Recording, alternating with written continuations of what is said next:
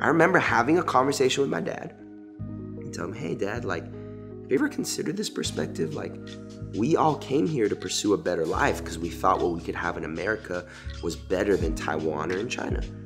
Maybe it didn't pan out the way we wanted, but we made a choice to come here, right? A lot of Black people didn't have a choice. Their ancestors were taken from their homes. Right. And there was this light bulb moment. He's like, wow, I never thought about Good job, that. Fred. Like, I never considered that. But I remember after, I was like, he said, okay, teacher, can we stop for today? I think that was enough. It's a lot. It's a lot. I was like, let's talk about slavery. It's like, okay, next time. Gotta process. Gotta process. This is what I think is funny, because we both come from situations. Yeah. Neither one of us existed in the other person's life, right? Meaning, I was not raised around Asians. I'm from Union, South Carolina. Let's go, Union. Big old city, metropolitan. The only 2 Chinese people in my school, my high school of about 1,400, their parents owned the Chinese restaurant in town. So, but all that to say, like, I was not around Asian people at all. Then I went off to grad school and I saw Asian people, but I was like, yo, I don't get it. I was like, what's like happening? I wasn't friends with Asian people there. When I moved out to LA is when I started to have Asian friends. And then, you know, it was a learning curve. But both of us come from these environments where the other one didn't exist. And so our own journey has been crazy personally. And to now be at a place where best friends are from different worlds, but thrown into a nation that's like going crazy. Right? Growing up in the place where I grew up in Pleasanton, right? It's very pleasant. Very diverse Pleasanton, California. Yeah, all of like 2% of us Asians, 0.02 or something like that. It's very white and very Caucasian, and the environments that I was in were not very conducive to diversity. And then even going to college and being around primarily whites and Asians. Where'd you go? I went to UC Davis near Sacramento. My dad's mom, so my grandma on my dad's side, had a small Chinese antique shop in Rochester, New York. And unfortunately, all the time she's been robbed or stolen from have been Black people. And that's added on top of what's being pumped out in the media about Black people, right? All the people that, at least I grew up in the news outlets that we watched at home. The people that went to jail, the people that you saw mugshots of, primarily, when I think back on it, is people of color. And so that's the home that I was raised in. My dad would tell me these stories of his mom getting robbed and all these things. So that was my perspective of Black people. They're athletes, and then they're gangbangers. Right, which is not what we talked about Asians. No. We didn't think about Asians in that way. Question, I want to go back to something. Sure. When it comes to educating people, because you talk about the WASP, which is a term I literally just learned. I was today years old when I learned. When I learned the term WASP and what it means. Are you... It's exhausting. Darn. It's so freaking exhausting. For me, I'm educating on different levels. Sure. For sure. There's a lot of them. And where with your education, because I've seen you pull up for Black people. I've seen you pull up for me, right? And it goes back to whenever Black Lives Matter, whenever you can start to put a name there instead of Black, right? So you get to put like Eugene's life matters, and that will fuel you in a way that if you have no name to put there, it's just like, these people matter, right? And for me, it's like, stop Asian hate. I have so many Asians that I can plug in there, and I'm like, nah, this is why this needs to happen. But change comes with the education that needs to be put out there, like in these kind of conversations. But it's exhausting. It is tiring. It's tiring for me talking to my community about why a Black person's life is important. Number one, I can't imagine what it actually feels like for the Black community, because that's someone you not only can identify with emotionally, but then also appearance-wise, right? That's you. Like, that's your sister, your niece, your cousin. You know, of course, a story that's near to me, and even you as well, is like even with my dad, right? I kind of shared with you, my dad was probably one of the most racist people I knew, because of his history with my grandma. And because of what he saw in the media and because of just internalized racism towards blacks and Japanese. Because, I mean, we can dive into the whole Asian racism, but most Asians all hate the Japanese because of what they did in World War II. So you talk to any Korean, Filipino, Chinese, they all hate the Japanese because during World War II they invaded, you know, slaughtering like hundreds of thousands of people, right? And what's the, not March on Nanking, what is it called? the Rape of Nanking. Rape of Nanking. Right. And then you talk to Koreans, you hear about Korean comfort women, where Japanese would come in and take all the Korean women and make them all, not even prostitutes because they ain't paying them, but just like raping them and taking advantage of them. And you talk about in China, they would take little babies, toss them up, and then bayonet them. Like, so you hear about all of these things. And so my dad, having his dad was in the Air Force at that time. Like, so from a military family, so he naturally hated Japanese people. I remember we would always have, this is so ironic, right? Because we're in church, we're in all these things.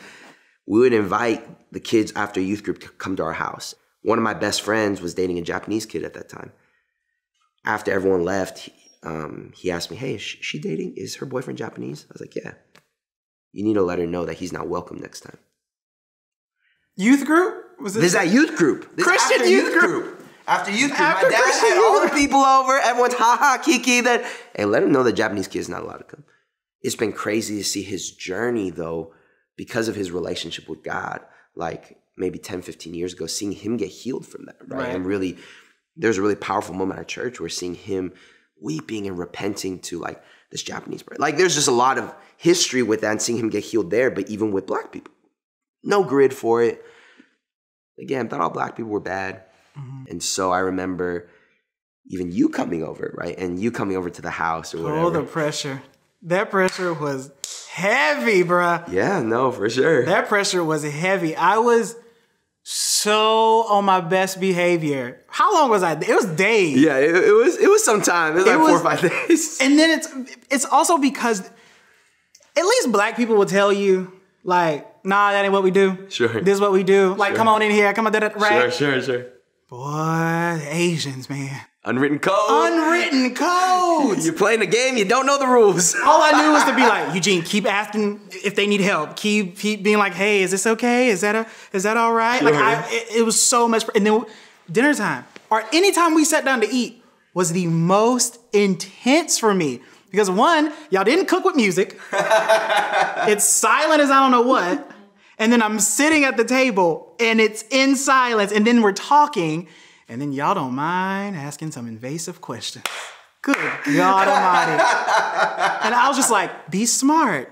She's like, show how smart you are. I kept thinking like, what am I going to say next? What quote am I going to pull up now? Like, so funny. It was a lot of pressure. Talk about all the master's degrees you have. Bruh, because you had told me, you was like, yeah, my dad's a bit racist. And I was like, great, beautiful guys. Gonna go just do dinner. Gonna do this holiday. Because I think it was a holiday. It was a holiday. But, you know, the powerful thing is I think after that, after you staying for the weekend, again, the power of relationship, right? Mm-hmm. Like, his interaction with black people was all through media, all through other people's anecdote, right? So what you talked about earlier is I'm going to take someone else's story and make it my own, tell that story so many times till it feels real. Right. But he actually never, I don't know how many actual interactions he had with black people. Right. He definitely never had a black friend. Right. Because you guys, they immigrated here. Yeah.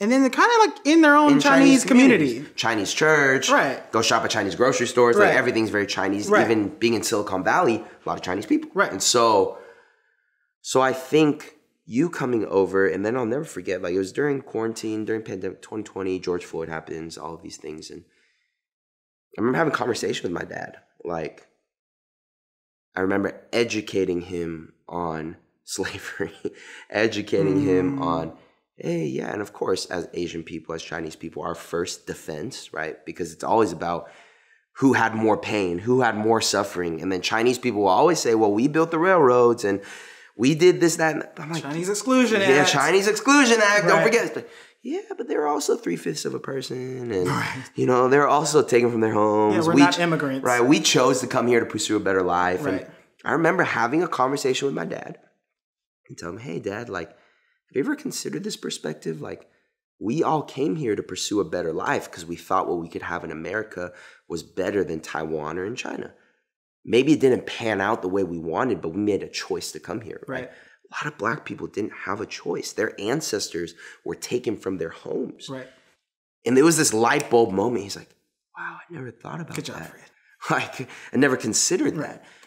But I remember after I was like, he said, okay, teacher, can we stop for today? I think that was enough. So I think I tried to keep talking to him. Right. I go, let's talk about slavery. He's like, okay, next time. He's like, one combo at a time. Gotta process. When he came up for my engagement party, you know, and him making food you liked and all these things, and when we went back, him saying, hey, I have to make sure I make that dish that Eugene likes. So press pause, because somebody's gonna hear this and be like, what? Oh, okay. Sure. So being at your engagement party and seeing your dad, right? Because we're, especially by that point, it's like, we like family. And Michelle has always been, who's your mom? She's always been like in there. So like always. Yeah. But your dad and I did come to this really cool spot in our relationship where he like really loved me. And the last time that I saw him in person, I'm sitting on a chair, and honestly, I was tired because we had planned that freaking engagement party that worked our butts off. Yeah. And I'm sitting there, and I'm just like on my phone, and he comes up, and it means a lot to me, especially because of Asian culture. For him to kneel down, like bend down to me to ask me a question was a very big deal. And I just remember looking over at him, leaning down and saying, "Hey, can I give you a hug?" And I was like, "Of course you can." And so I'm getting up and I'm hugging him. And then that's when we talked about like how much I love like the certain tofu. I was like, yo, that junk is fire. And then you go back home later and he makes me some. Yeah. And then you bring it back. Yeah. So and I think why I even share that is like, you know, I believe, you know, when we all get to heaven, we all gonna be worshiping together, right? If you get there. Listen. You may go to hell. But if you make it. Red, brown, yellow, black, and white, they are precious in His sight. You know, it really hit me. I was like, I'm so happy that he was able to go to heaven where I believe with no racism in his heart. You know, I truly believe because of his relationship with you, he was able to see a different side of the Black community and the Black narrative, right? And everything that he had thought was able to be debunked by relationship. I remember when he said he wanted to make that for you. Like you know, my mom tells you this too. He's like, you're like our Black son, blah, blah, blah, blah, blah. And like, you know, and that means a lot, you know? And so now I think of eternity and I think about him worshiping with Black people, with brown people, with Japanese people, and knowing that, of course, you get to heaven, there's no sin, no racism, but to know that he finished well, right? He's able to finish knowing, man, I love Eugene. And in return, I'm able to say I love Black people, right? Not because of what I saw on the news, but because what I actually knew from relationship.